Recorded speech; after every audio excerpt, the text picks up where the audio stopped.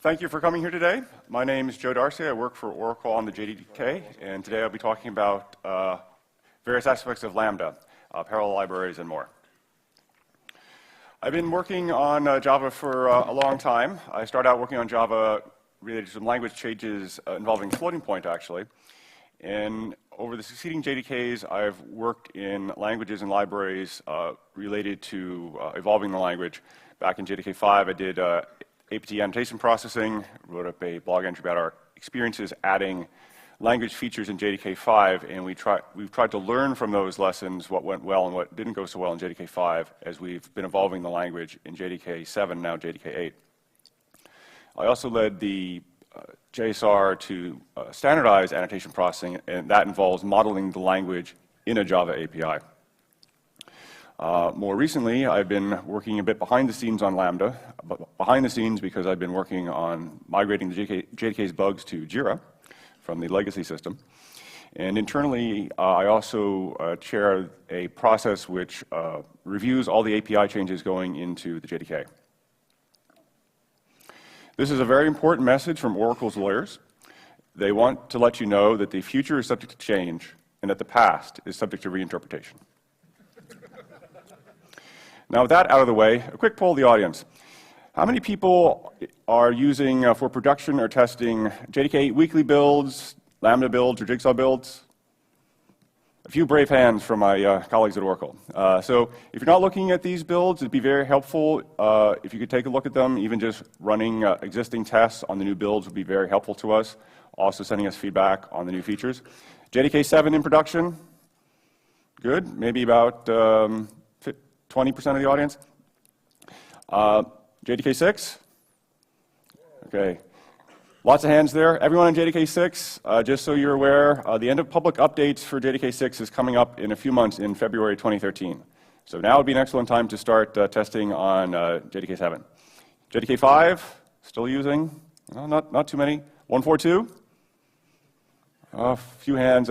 Will anyone admit to using something older than 142? I guess not. Okay. So finally, that release has been retired. Yes. JDK 8 is in the works. It's set to ship next September, and we're working very hard to make sure we meet that deadline. The major feature is Lambda, and I'll be talking about that today, and subsequent talk this afternoon will also be covering it. Maurice Naftalin, who's in the audience, will be speaking in more detail about the collection support for the Lambda feature. And my colleague, Joel Frank, will be speaking this Friday about some of the annotation changes that are going into the release as well. In contrast to the other talks, I'm going to start by talking a bit about the context and the concerns we have when evolving the language as a whole, separate from the concerns specific to Lambda. Okay. There are a bunch of URLs on this slide. You don't have to copy them down or take pictures of them, since I'll be tweeting a URL to the slide deck after the talk. Binary builds of Lambda are available now and have been for a while. There's a lot of documentation about the Lambda efforts in terms of the specification and overview documents that are available from the Lambda project page. Also, a very important point, we have in-progress IDE support for Lambdas in both NetBeans and IntelliJ. There are links here to get builds of both of those products that support Lambdas, including supporting some refactorings, like translating an inner class into a Lambda.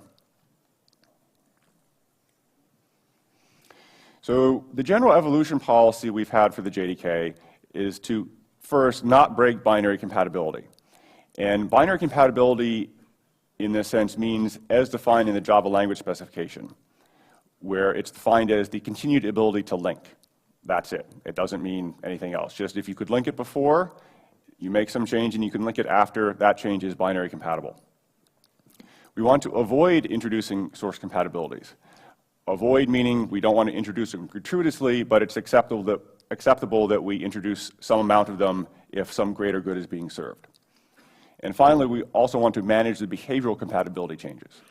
Behavioral compatibility meaning everything else that code might do when it's run, because people can knowingly or unknowingly depend on implementation details, and we don't want to break that unnecessarily either. And these sort of concerns map directly over to how we look at evolving the language as well. For instance, we want to continue to recognize old class files in terms of preserving binary compatibility. You can still take your class files from Java 1.0 and link them in and run them on a current VM. We want to limit the cases where currently legal code stops compiling. Now, occasionally we'll fix a bug in Javac and code that used to be accepted is now rejected. And when we fix a bug like that, there are trade-offs involved, like what fraction of code is going to be impacted by this. So we don't want to break people's code unnecessarily. And finally, we want to avoid changes in code generation that cause behavioral compatibility issues. The way class literals were compiled, say object.class or string.class, changed at one point in Javac's life cycle, I think back around 1.2. It used to be there was a block of code Javac emitted. In newer versions of the JDK, actually the load constant instruction of the VM was enhanced to just load it itself. And there were some observable differences between those. So we tend to avoid those, but we also want to have the option to make them when it's necessary. The goals of this policy is to keep those binaries linking and running because we think there's a lot of value in having that property hold. This means that binaries, classes and jars, can be the unit of sharing and distribution. And because we can use these, that means in the Java ecosystem, we don't have to deal with header files as they have to deal with in C. The jar files themselves can be the unit we use to pass around both behavior and the interface of something. Starting in JDK 7, we've used a more quantitative approach to deciding whether or not something is too incompatible or whether or not it's useful, actually. We've run experiments of instrumented Javacs over millions of lines of open source and closed source programs and analyze the results. This lets us do things like measure the effectiveness of different algorithms that were candidates to be used for the diamond feature in JDK 7. It also allows us to run algorithms over the code base and look for candidates that could be converted from inner classes to lambdas in the context of JDK 8. So if we want to consider these three compatibility axes of binary source and behavioral compatibility as defining a space, we can draw shapes that represent what is a reasonable compatibility space for different kinds of releases. So for example, if we have something like an update release, the ones that come out every few months for JDK 6 and 7, that has a pretty small compatibility region because we want it to be able to be used by developers and customers without much additional testing. So some behavioral compatibility change, not too much, and a little bit of source compatibility. On rare occasions, we'll update an API, say JAX-WS from 2.0 to 2.1, and that can cause some source compatibility issues along the edges, but for the most part, everything keeps working. For maintenance releases, which we don't really do anymore, something like 1.4.2 or a larger update release like 6.10, there's a larger compatibility region that can be impacted. We accept more variation in the behavior, and a great amount of source code changes is allowable as well. But in both cases, no binary compatibility change is accepted. All the programs that linked before have to continue linking. For platform releases like JDK 8, it's a bit different. We have the largest amount of source and behavioral compatibility change accepted, and also there's a very small sliver of binary compatibility. In rare cases, we'll make a binary incompatible change, for instance, to address a security concern. But this is still very restrictive in how we evolve the platform. And these sort of constraints on the platform evolution have also influenced the sets of features we've chosen to implement in the language itself, as well as how we've implemented them. For example, the decision to use erase generics as opposed to reified generics when generics were added to Java was done to allow migration compatibility of code using collections. It was to preserve the ability to use the same collection classes that erasure was chosen. With the design that was made, we could decouple upgrading the JDK collection classes and end-user collection classes from being generified. Also with generics, with erasure, the VM was fundamentally unchanged to support generics. There are a few little additional bits of metadata, attributes, and so forth that are put in class files for core reflection, but the VM itself did not change. So this was a conservative change from the respect of the VM. And we have similar source code migration concerns when we're now looking to add closures to Java. So interfaces are a very good part of the Java language, but they're also something of a double-edged sword. Because with the language features we've had to date, we can't compatibly evolve them over time because in general we don't control all the implementations. We don't know where all the implementations of Java util list or Java util set are in the world, and we can't update them all at once. And of course, the APIs age. People's expectations of how to use them evolve over time. What's accepted as good coding practices evolves.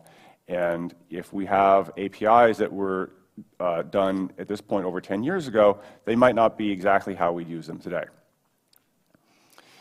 And we want to put the burden of the API evolution on the designer of the library and the implementer as opposed to the users. And we don't really have a good option for dealing with this today. Either the APIs stagnate or we have to replace it every few years, which is problematic as well.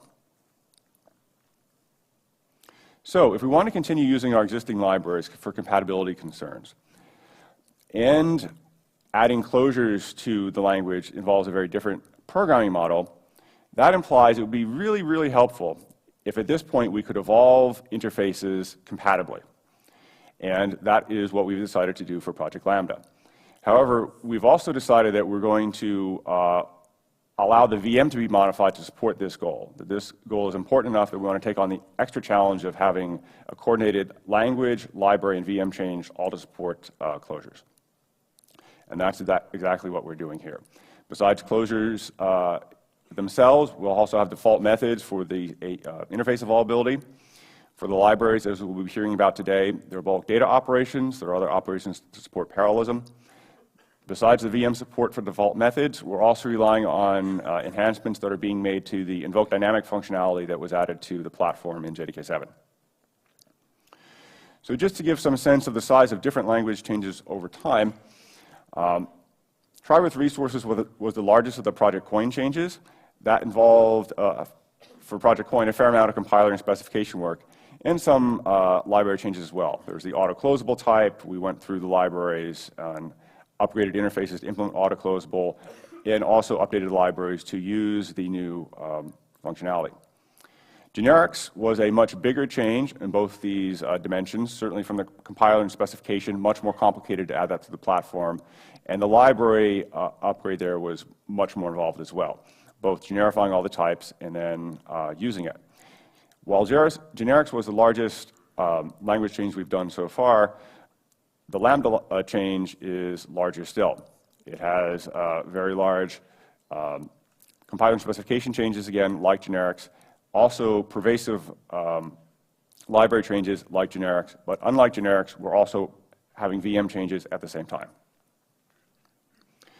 And the advantage here is that generics allowed libraries to abstract over types, and lambdas allow libraries to abstract over behavior. And it's abstract over behavior that we want to allow the libraries to do on their own. Also, something we keep in mind when evolving the language is when to make a decision. A piece of advice one of my professors said, one of the best department chairmen had was, decide today what needs to be decided today, and decide tomorrow what can be decided tomorrow. So don't overcommit and overconstrain yourself is how I would read this. So for the Java programming language, evolving it is tricky, and we know we want to keep evolving it in the future. So we don't want to do changes today that will knowingly interfere with the sort of changes we're going to make tomorrow. So for instance, later in the talk, we'll be talking about a feature called method references. And there are a number of things you would naturally want to do with method references, like assign a method reference to a Java lang reflect method object, the core reflection version of a method, or to take those method references and store those into annotations. Those features aren't going to be supported in JDK 8, but we've consciously left room to support them in later releases. So we want to enable that, but not require it right now. Another example of that is with collection literals. At one point, a collection of little rules were being considered for JDK 7 as part of Project Coin. They were eventually dropped.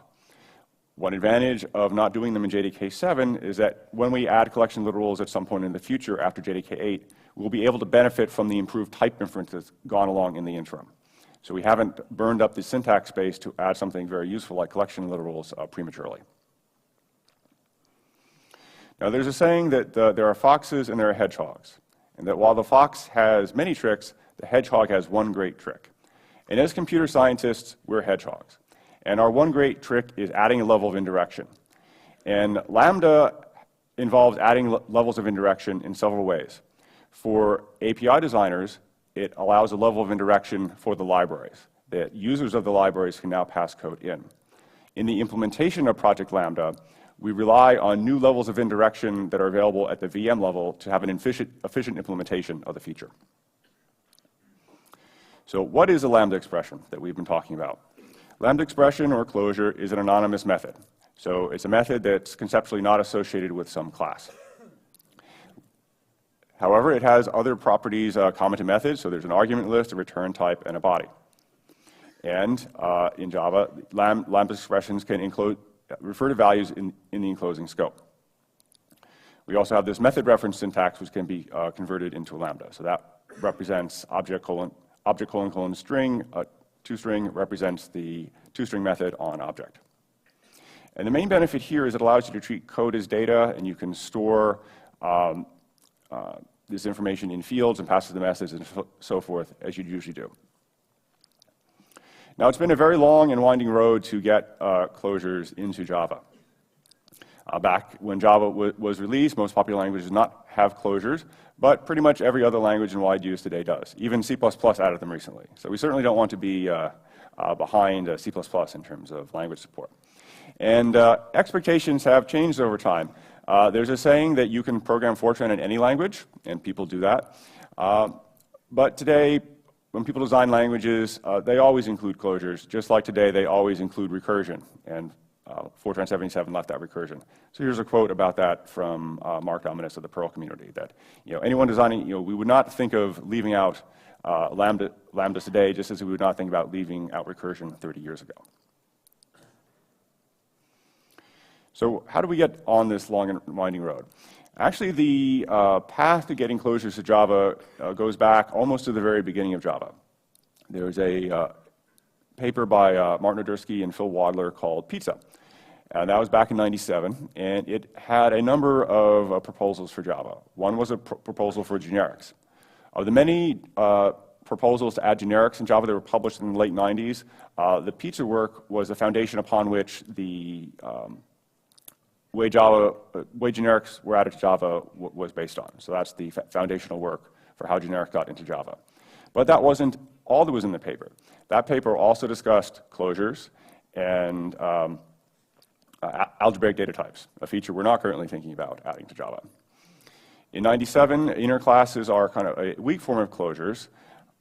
From a language perspective, they're kind of bulky and large. However, they did have the advantage that the VM did not have to change. That's why we have separate inner class files. It was so that the VM did not have to support inner classes more fundamentally. Back around 2006 through 2008, in part at Devox, there was a very heated and vigorous debate among the community, multiple competing proposals being presented, and they had a different orientation. So the BGGA proposal was focused on creating control abstractions, and the CICE proposal was more focused on reducing the syntactic overhead of inner classes. And there really was no consensus about how we should proceed at that point. In 2009 at Devox, the JDK group announced we thought it was time to add closures to Java, and we've been working on that since then, first in Project Lambda and subsequently after the JSR was filed. And Project Lambda was done in full awareness of the prior work of BGA, CIC, FCM, and the other proposals. Also the support for closures in other languages. However, Project Lambda made different decisions from some of these other proposals in terms of what was important. For instance, in Project Lambda, rather than assuming structural function types, it was assumed that we would have functional interfaces that are based on named interfaces as we use today. Also, Project Lambda assumed that we would need to develop better type inferencing to make this language feature really powerful and useful to programmers. If you're interested in the current status of Lambda, it's gone through several rounds of specifications in the JCP, and there are builds available to get the current binaries. And it's almost but not quite in the mainline JDK 8 build. So in a few more weeks, it'll be there. So there are two basic ways you can do iteration: internal iteration and external iteration. So in external iteration, you bring the data to the code, whereas in internal iteration, you bring the code to the data. So external iteration is what we have today. You have a for loop over a collection of shapes, and for each of the red shapes, you change the color to blue. This is fine as far as it goes, but there are several flaws in it, or several perhaps limitations. Since the semantics of the for loop are tightly specified in the Java language specification, this loop is inherently sequential. Even though there's no fundamental reason you couldn't set multiple blue shapes to red simultaneously on different threads. The semantics of this code is that it has to be done sequentially. And that's always not what you want, especially now with the rise of things like multicore. So we want ways of programming that are friendlier to parallelism than the old for loop. And to enable that, we're enabling internal iteration with Lambda. So here's the code written to use internal iteration instead. The collection interface has a new for each method on it. So you call shapes.forEach, and you pass in a Lambda expression that has the operation you want of changing the code from red to blue. Now, this is not just a syntactic change. This is also a semantic change, because now the library associated with the collection is in control of how the iteration happens. The code written this way expresses more of what and less of how. The how is left to the library. The what is left to the user of the library. So, in principle, the library writer is free to use parallelism, the fork join framework in JDK, out-of-order execution, laziness, all kinds of other techniques.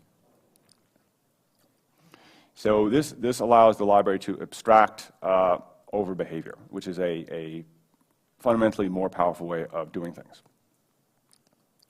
Also of note is that the types here don't have to be specified. With Lambda, Java is still a statically typed and strongly typed language, but it's just more implicitly typed. Java-C is doing more of the typing work for you. So if we don't want to add functional interfaces, we don't want to add structural functional types to the language. We want to reuse coding patterns people already have. People are familiar with and have long used interfaces with one method, things like runnable, comparable, or action listener. So let's call those sort of interfaces functional interfaces. Part of the library support for Project Lambda will be adding new functional interfaces like predicate and block. We'll see some examples of those later. And a Lambda expression evaluates to a functional interface. So if you have a predicate to test if a string is empty, so you can just say it's a predicate over strings. And there's different ways of writing that. You see the syntax here. You can write it as a Lambda expression, or you can write it using one of the method literals if all you're doing is calling the method. Likewise for runnable. So that means, since we're using existing functional interfaces, that there's an automatic upgrade of library code in the JDK and elsewhere with JDK 8 to make it Lambda capable. So this maintains the significant investment we have in all those existing Java libraries. So we've seen that we've added a method to the collections interface. Now, usually this is a no-no. Where did that come from? And there's the advice or the rule that you can't add methods to an interface. So what happens if you do? So let's take a simple example here. We have a foobl interface. We have an implementation of it, and then we have an application which calls the foo method. So what happens in this case, of course, is that we just get hello world printed. Very straightforward. Let's say we change the foobl interface to have a bar method. However, we use the same class files as we did before for the foo implementation and for app. What will happen when we run this program? How many people think it would have thrown an exception? Good. Just a few hands. Most people do not think it will throw an exception, and that's correct. Actually, what happens here is it just prints hello world. So it links fine. Despite not having a bar method in the foo implementation, that still links in fine, and when you call the foo method on the foo implementation in the application, you just get the behavior that's present, namely printing hello world. However, now let's say you upgrade the app to actually call the new method a bar. In this case, since you're calling a method bar that doesn't exist in the implementation, you'll still link fine. The application will start running, but then when you go to call the bar method, at this point you'll get a no such method error. So that's pretty unfriendly. So this isn't technically binary incompatible, but it's pretty close in its effect, and it's a bad thing you want to avoid.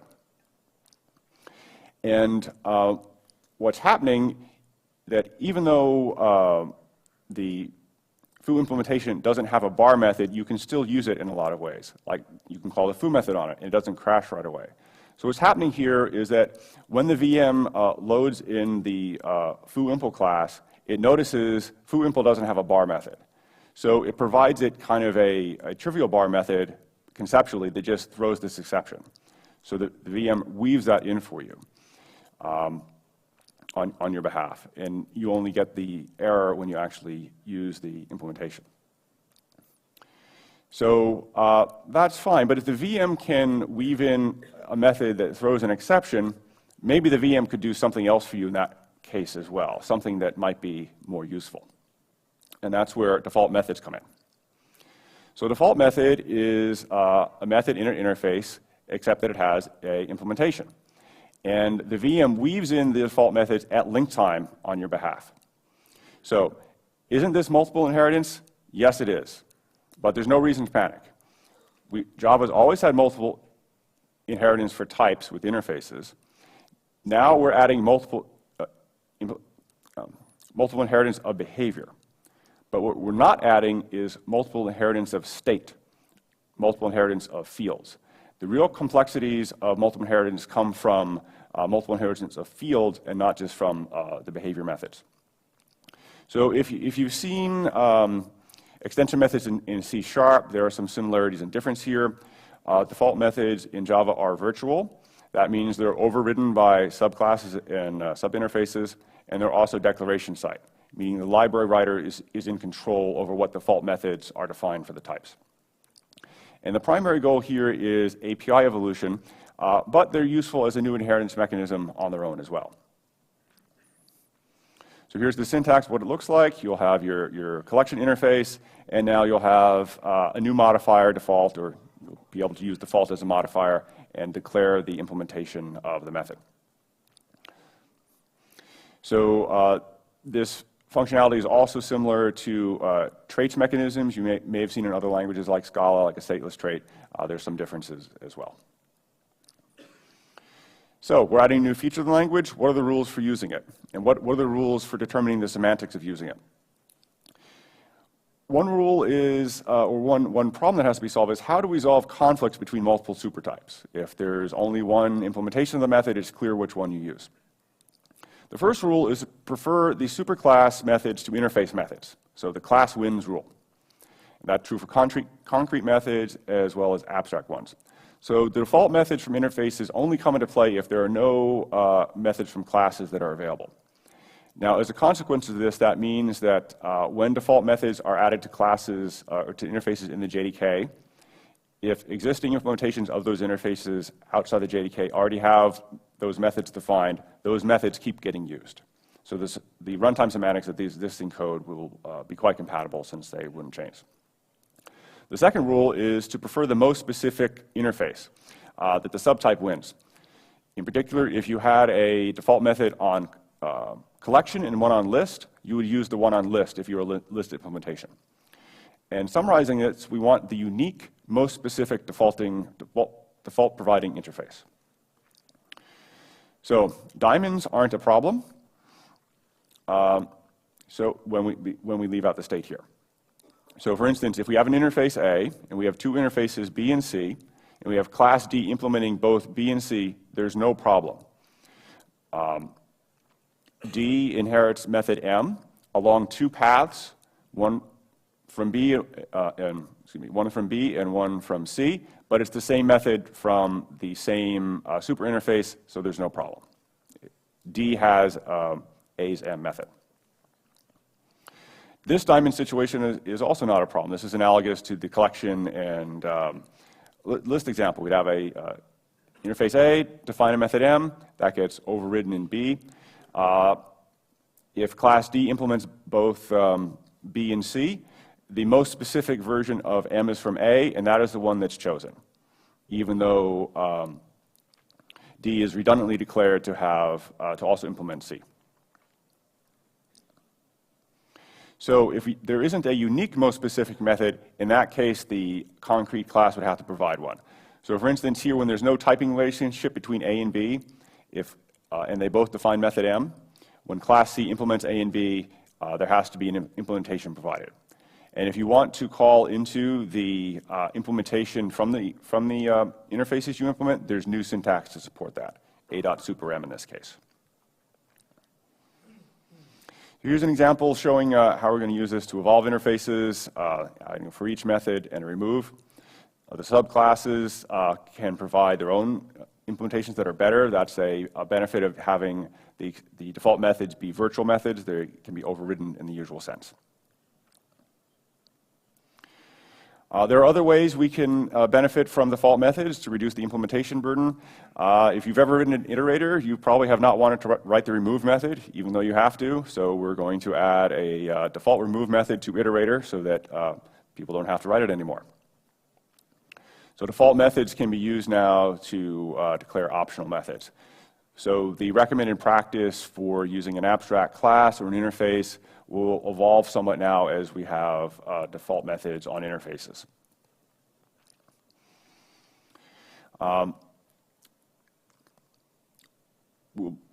One of the purposes of adding extension methods, again, is to support bulk operations on collections, so we can enable internal iteration. And that this is more of a enable more of a map-reduce style of programming. So we have bulk operations like filter map and into. So one way to decompose the operation is to, for each element, you pass the closure to pick certain elements and color them blue, but you can decompose that further and say you want to get a stream of elements from the shape. You want to filter out the red ones, and then for all the ones you filtered out to set them blue. So this is a better composition and corresponds more closely to the problem statement and what you actually want to get done.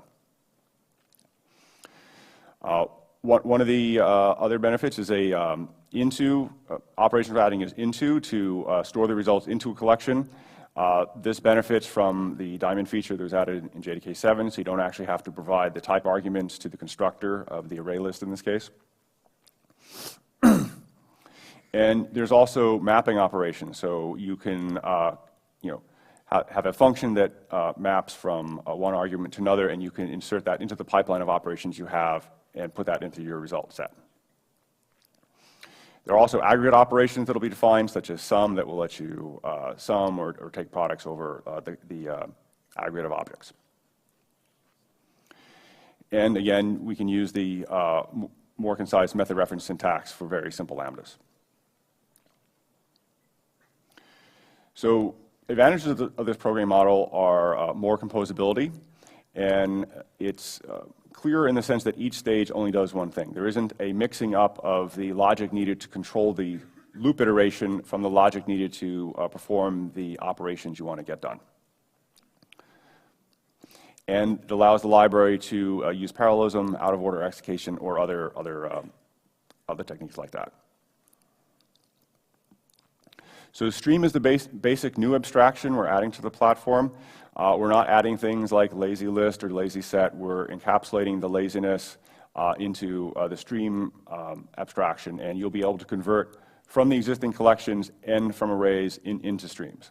So the stream isn't a data structure. It's more a facility that allows you to get a sequence of elements out of it. And you have this different programming model.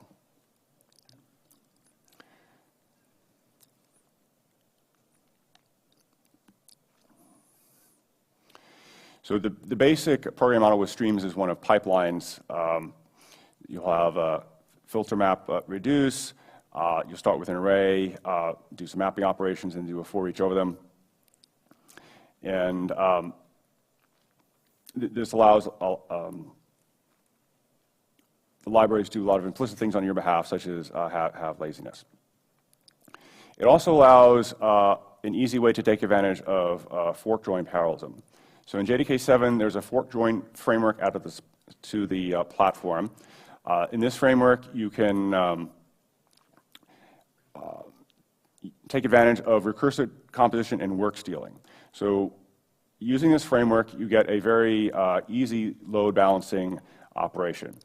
If you can split up your data into different sizes, the fork join framework will scale it across platforms. The threads that do finish the work more quickly are given more work to do, so it scales and load balances very well on its own. Unfortunately, given what it does, the fork join framework is very hard to use. So you would prefer not to use it manually. There's a lot of boilerplate you have to set up. So if the power fork join can be encapsulated in the libraries instead, and the users of the libraries can only need to provide the operations they want to have done in parallel, that's a better split of responsibilities. And that will allow more powerful Java libraries, and that's the model we're looking to adopt for JDK 8. Now we're going to shift gears a bit and look at some of the implementation techniques used for lambdas. So at a VM level, what is the type of a lambda? As I mentioned earlier, we're not adding structural functional types to Java. We're not adding them at a language level, and we're also not adding them at a VM level.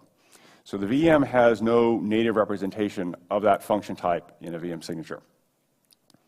So at the VM level, what happens when it creates an instance of a lambda as a functional interface? The easiest thing to do would be to reduce to a previously solved case. We could just say the lambda is just an inner class instance and turn the new syntax of a lambda into inner classes. So if we had a lambda, let's say, compare the age to the minimum age, the code that would be generated by the compiler would be something like this. There'd be a predicate. There would be a test method that got the age field and did the comparison to the value. And that would mean, among other things, that there'd be one class per lambda expression. So there could be an explosion of the number of class files, even worse than inner classes since they wouldn't be explicit. And while this would get us the better syntax that we've seen earlier and allow a better programming model, it wouldn't offer any other upside. So this is not a solution we wanted to be stuck with. Also, if you just use inner classes, that means you're calling constructors. And calling constructor can be a somewhat heavyweight operation. If you call a constructor, that means there's a new class. If there's a new class, that means it's loaded into the VM's data structures. And those data structures have to be kept intact. And that can be expensive than if you did not have to keep such data structures intact. So inner classes are something of a wart, and we don't want to have to use them. There's another problem as well in terms of the binary representation. Because we want to allow people to continue to use their class files for years and decades into the future, whatever binary representation we have for lambdas in Java now is the one we're going to be stuck with for the foreseeable future, 10 years or more. So if we chose to use inner classes as the only allowed implementation technique, we'd be stuck with them forever. And we'd rather not conflate the implementation of lambdas with what is an expedient binary representation. So let's step back a bit and talk about some basic aspects of the VM in terms of how it calls methods. Prior to JDK 7, there were 4 bytecodes of methods invocation that called methods in different ways. There was an instruction that called static methods, one that called virtual methods, the one that was usually done, invoke interface for interface methods, so the lookup was somewhat different, and invoke special for things like constructors and private methods. And all these instructions have some similarities in terms of the information they need, the class name, the method name, and so forth. But in JDK 7, we also added something else. We added a VM-level method handle as part of the JSR 292 project. And with method handles, the name and other information can be stored as constants in the constant pool and loaded with the load constant instruction. So we can obtain a JVM-level function pointer in a typed and controlled fashion. Since this is known to the VM can also optimize through these sorts of method calls. The method handles also has an API around them for constructing new method handles that are different. Arguments can be added or reordered. You can do adaptations like boxing or unboxing. You can compose methods. You can have guards so that if a condition is true, you call one thing or another. So this is really a compiler writer's toolbox for constructing operations. So since this wasn't an attractive thing added to the platform, why don't we just use method handles to represent lambdas? So at first, this would seem attractive. We have a language level construct representing something like a function pointer. Method handles are a VM level function pointer, so turn one into the other. Unfortunately, that has drawbacks as well. So for instance here, the translation would look something like if we have the predicate, we would load up the method handle from the constant pool, do some manipulation of it to add the arguments, and then call it. Now the problem here is that the argument to the remove method, the type of that would now be method handle. And this is an even more extreme form of erasure than we have with generics. You know, all the more particular type information about the lambda you're calling is getting thrown away. This would also limit the sort of shapes of lambdas we could have on a per class basis. So again, while this might have some implementation benefits, from a binary representation point of view, it's undesirable because it's mixing two things together unnecessarily.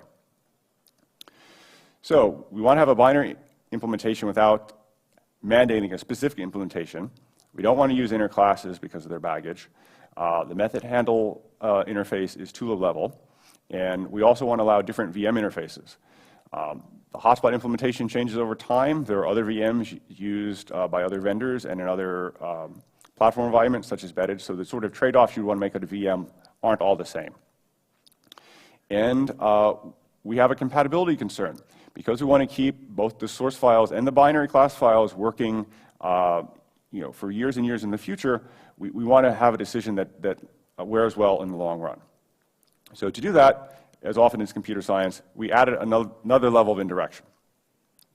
And so what we have the static compiler do is emit a recipe for creating the lambdas rather than the lambdas themselves. So the runtime can then take that information and build the lambda how it sees fit and make sure it's fast. And this sounds like a job for another new JDK 7 feature, invokedynamic. Invokedynamic is a new fifth invocation mode. And while the behavior of the other invocation modes is fixed and specified by the Java virtual machine specification, invokedynamic is not. The motivation for adding invokedynamic was to allow the runtimes of non-Java languages to be better hosted on the JVM environment. And the basic idea is to allow a hook to allow the language runtimes to have different linker logic than is appropriate for the Java language. So to have Ruby-specific logic or Python-specific logic, whatever logic is appropriate for that language runtime. And this is a very more efficient way of operating with the VM and allowing the per-language rules to be used. If you're interested in learning more about this, you can find the videos for the JVM Language Summit online. And many of the talks that the last few years could be summarized as how I use invokedynamic to implement my favorite language. So invokedynamic call site has a few things. One is the bootstrap method, the language logic in this case. This is called by the VM when it goes to link that call site in the first instantiation, and it's not used after that. It's just used to get you started. There's a static argument list from the constant pool, and there's also a dynamic argument list as you'd have in any other invocation. That's not available to the bootstrap, but the static types and the array are. And that's passed to whatever method is actually called. So why would we want to use invokedynamic for Java if the initial reason for using it was to support other languages? Well, it turns out it's useful for Java as well. Even though Java isn't a dynamic language, what's being done dynamically here is the code generation strategy. So how do we want to implement lambdas at runtime? Do we want to generate inner classes, or method handles, or proxies, or some interface that's VM specific or hasn't been done yet? If we have this level of indirection provided by method handles, we don't have to prematurely commit, and we can change the implementation strategy and improve it over time. And we do that by using invokedynamic to embed the recipe for constructing the lambdas at the capture site. It has information like the desugared method, what functional interface are we converting to, the values that are captured from the enclosing scope, if any, and additional metadata, such as for serialization. There's a somewhat different protocol used for serialization for serialized lambdas than for non-serialized one. And at the capture site, we have a Lambda factory we use to construct this information. And the advantage of using invokedynamic is that we only go through the slow path to construct things the first time, and after that, the VM can optimize it. So in some more detail, the Lambda is distributed to a method. That method has one of the functional interfaces that's required. We have to add the arguments that are called to the method, if any. Those have to be effectively final, so we don't want you mutating things in the enclosing scope in the Lambda. That would be bad. And the simplest Lambdas can be distributed to static methods as opposed to instance methods. So if you have something like return 42, that can be represented as an instant method. So here's one advantage compared to inner classes. Inner classes would always have the constructor, where the methods on the inner class would be instance methods, so you don't have to do things like store the pointer to the enclosing class when you construct a inner class. Then there's an invokedynamic call site which returns the Lambda hooked up to the Lambda meta factory is shown here, and that is going to be part of the Java runtime, and the capture arguments are going to be passed along as well. So with this level of interaction, there are a few things we could do in the runtime. We could generate the same classes at runtime as JavaC would emit at compile time now, so an inner class-based one. We could link the factory call site to the constructors of the generated class, and that is our initial strategy at the moment. There are other strategies we're looking into and considering investigating in the future, such as constructors that would take a method handle, or even things like using dynamic proxies. So there's some advantages here. So if a Lambda is stateless, if it doesn't capture any variables from the enclosing scope, it's effectively a constant, and that means there can be a single instance of it that is shared. And that's a very common case. Some of the quantitative studies we've done have shown that many Lambdas are of this form, that the code you'd want to replace with Lambdas would be these non-capturing ones. And people will do this by hand, too. If you'll pull a comparator, say, into a static final field so you can reuse it. That's the same idea to get the benefits of only having to initialize it once. So in this case, invokedynamic is acting as a lazily initialized cache. So there's no overhead if it's not used, and you don't have to waste space for the extra field or constructor. And by deferring the choice until runtime, it becomes an implementation detail, and we can change it going forward as new techniques become available.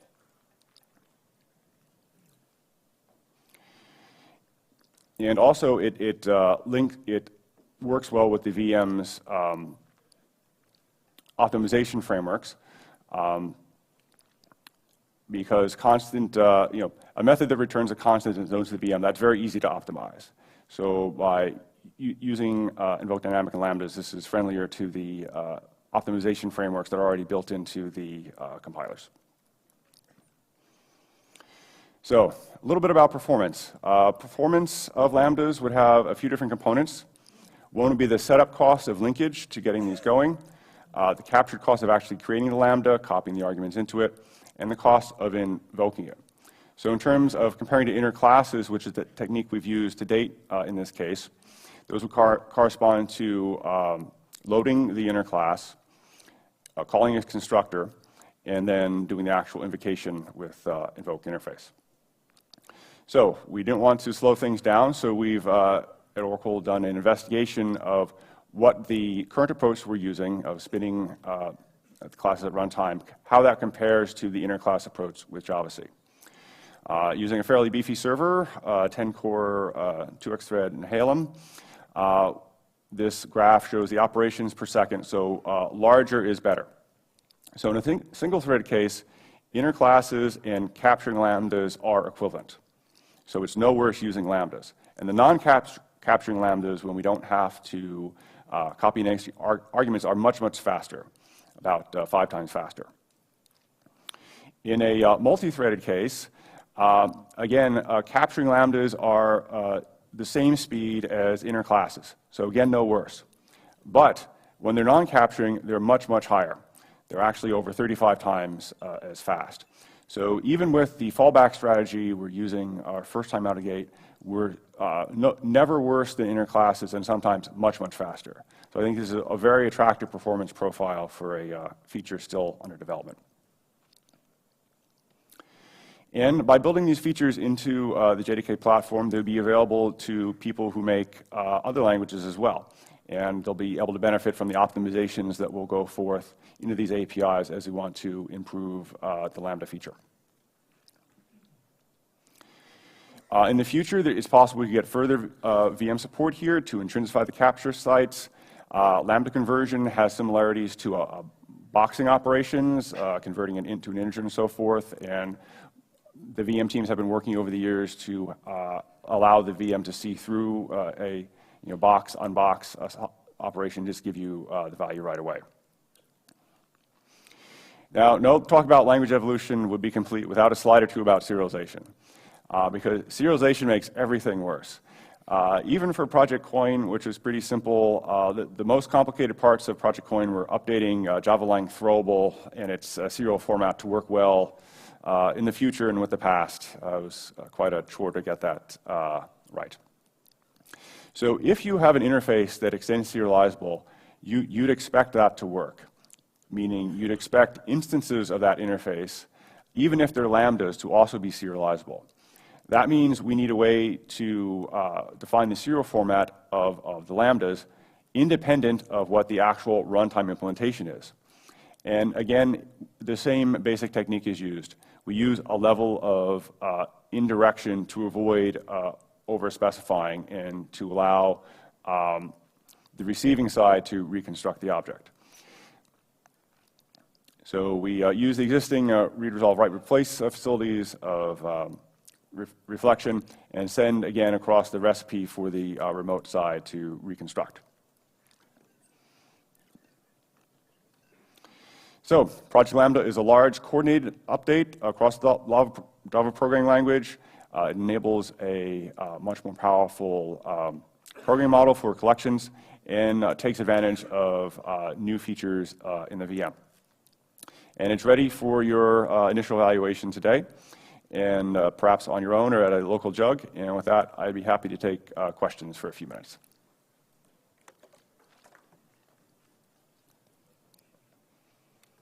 Questions? Yes? What happens if I equal to lambdas? Yes, the question about Lambda identity. Yes. And toString and...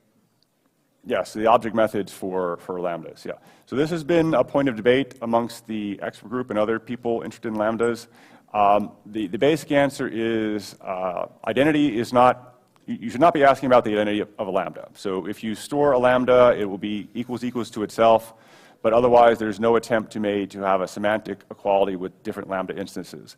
So something like return 42 and return 20 plus 22 will not be the same.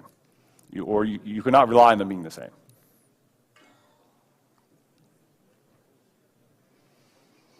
All right, if that's it, thank you for coming today, and I'll be available down here for a few minutes afterwards. So.